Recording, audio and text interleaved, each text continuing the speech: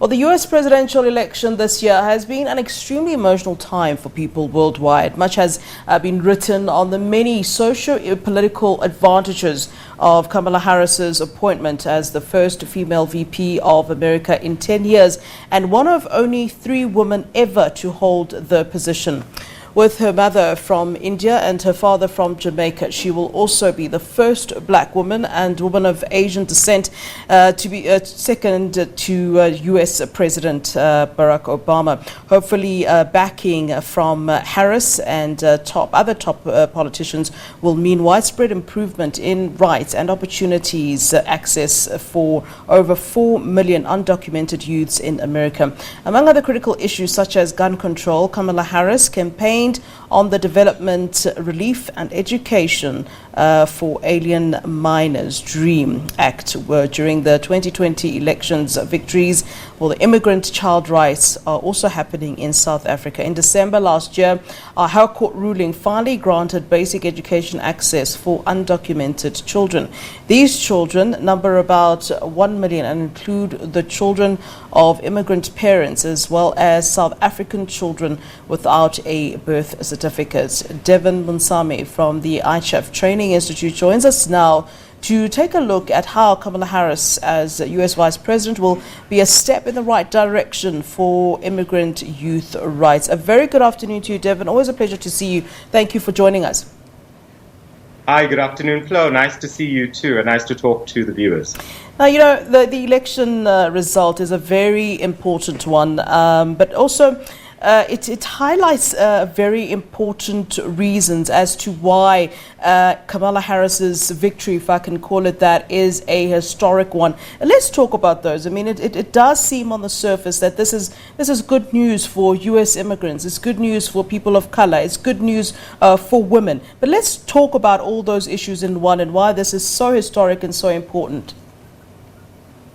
Very good news for Africa, for Asia, and if you look at her descent, as you rightfully said in the introduction, she's got pieces and portions of her spanning all over different parts of the world. So no wonder the DREAM campaign has been on the forefront of this woman's agenda, and rightfully so. And there are some parallels, Flo, in terms of what South Africa did with about 1 million undocumented children of immigrants here in South Africa versus what Kamala Harris is trying to achieve.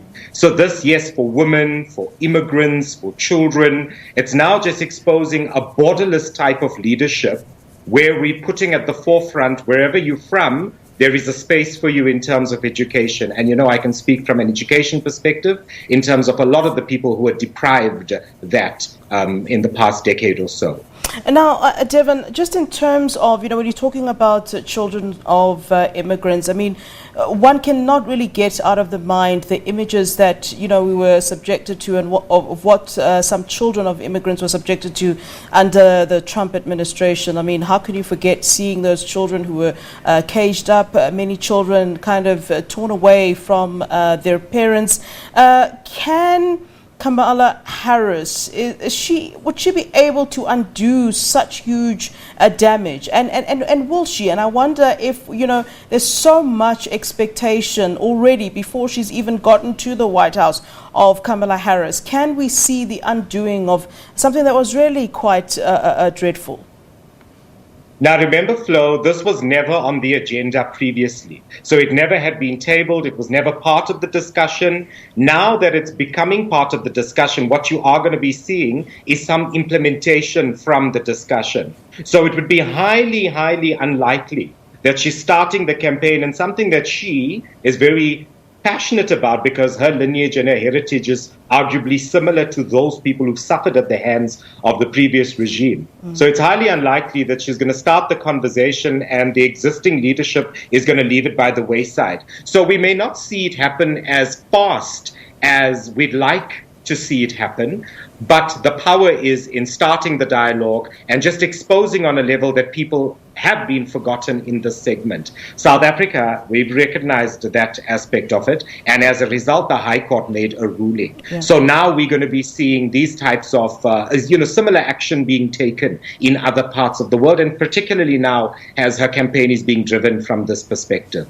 So yes, things are going to happen. And I suppose that South Africa can really learn a lot from Kamala Harris's enthusiasm for immigrant youth's rights. But, on the back of that, we also have many immigrants. But if you look at where South Africa is in comparison with the U.S., where the U.S. is really a huge economic powerhouse, where perhaps they'd be able to do more than we can, what lessons are we able to draw then, even though we're not necessarily at that level?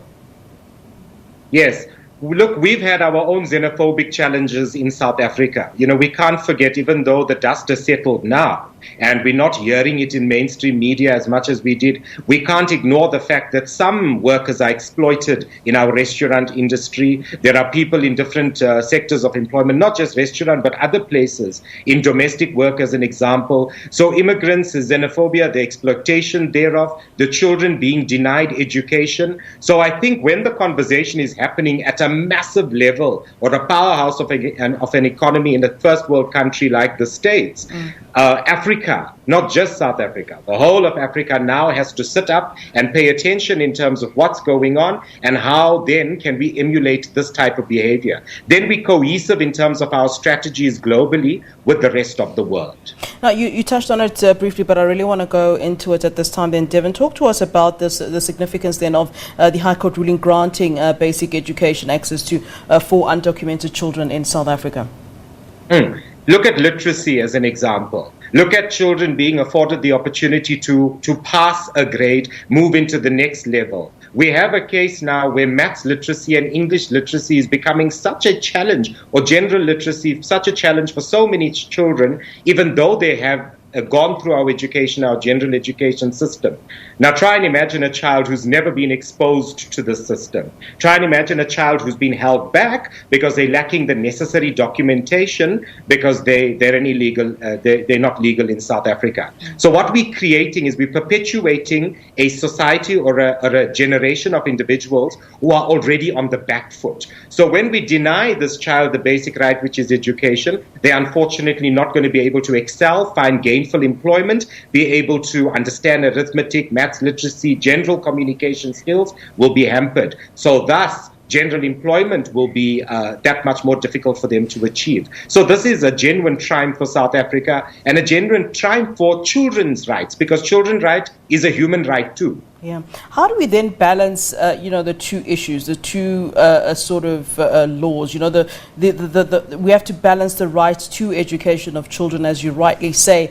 But then there's also the very important issue of the fact that immigrants or people that come from other countries indeed have to be documented. In fact, have to be on the system of the country that they choose to reside in. How do we then manage as a country to kind of have that sort of a balance?